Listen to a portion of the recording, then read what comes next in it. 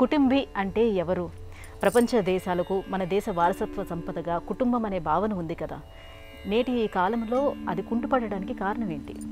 మనమే రామాయణం చదవకపోవడం, భారతం తెలుసుకోకపోవడం, అలాగే భాగవతం అసలు ముట్టకపోవడం. కొద్దో గొప్ప సినిమాల కారణంగానో సీరియళ్ల కారణంగానో రామాయణం భారతం అంతో ఇంతో విన్నాం, కానీ భాగవతం అన్న ప్రస్తావన మనం చేయడమే లేదు.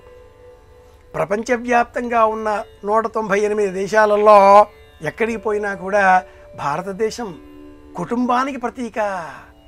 ఇక్కడ శివుడు, పార్వతి, గణపతి, కుమారస్వామి ఓ కుటుంబం, విశ్వ కుటుంబం. భూమి శివుడు, భూమిపైన పెరిగేటటువంటి చెట్లు చేమలు ప్రకృతి పార్వతి, ఈ భూమిలో ఉండేటటువంటి కేంద్ర ఆకర్షణ శక్తి, గురుత్వ ఆకర్షణ శక్తి, సెంట్రల్ గ్రావిటేషన్ పవర్ గణపతి. సూర్యుని చుట్టూ ఈ భూమి ఒక వృత్తాకారంగా సంచారం చేసేటటువంటి క్రమంలో బాహ్యంగా కనిపించేటటువంటి అయస్కాంత వలయం కుమారస్వామి. ఇది ఎలాగో సీత, రాముడు, లక్ష్మణుడు, భరతుడు, శత్రుఘ్నుడు, ఆంజనేయుడు, రామ్ దర్బార్ ఒక పరివారం ప్రతీక, విష్ణువు, లక్ష్మి ఒక ప్రతీక.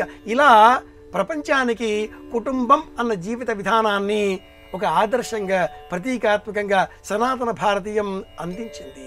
శ్రీరామాయణంలో దశరథుడు తన 8 మంది మంత్రులలో చివరివాడైన సుమంత్రుడిని పిలిచి, నా రాజ్యంలో అందరూ కుటుంబీకులే ఉన్నారు, కుటుంబి అంటే ఎవరు అని వ్యాఖ్యానం చేస్తూ గోవిందరాజీయం ఇలా తెలియజేస్తుంది.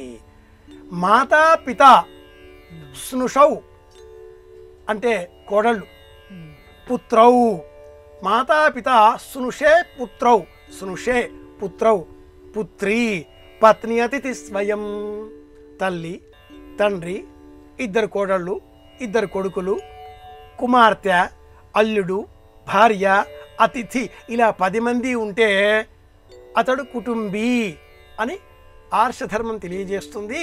నా రాజ్యంలో ఉన్న వాళ్ళంతా కూడా కుటుంబీకులే, నాకు కుమారులు లేరు, నేను కూడా కుటుంబీకుడిగా మారాలి. నా కుమార్తె ఉన్నది, నా అల్లుడు ఉన్నాడు, పిలిపించండి రప్పించండి. శాంత నా కుమార్తె, పిలిపించండి రప్పించండి. ఈ వ్యాఖ్యానంలో, ఈ వివరణలో కుటుంబీ యజమానిగా ప్రవర్తించాలి. ధర్మరాజు భీముడిని, అర్జునుడిని, నకులుడిని, సహదేవుడిని ఆదరించి తాను పెద్దన్నగా నిరూపించుకోగలిగాడు, కుటుంబిగా నిరూపించుకోగలిగాడు. ఇంటి యజమాని ఎలా ప్రవర్తిస్తే ఇల్లంతా కూడా అదే మార్గాన్ని అనుసరిస్తుంది.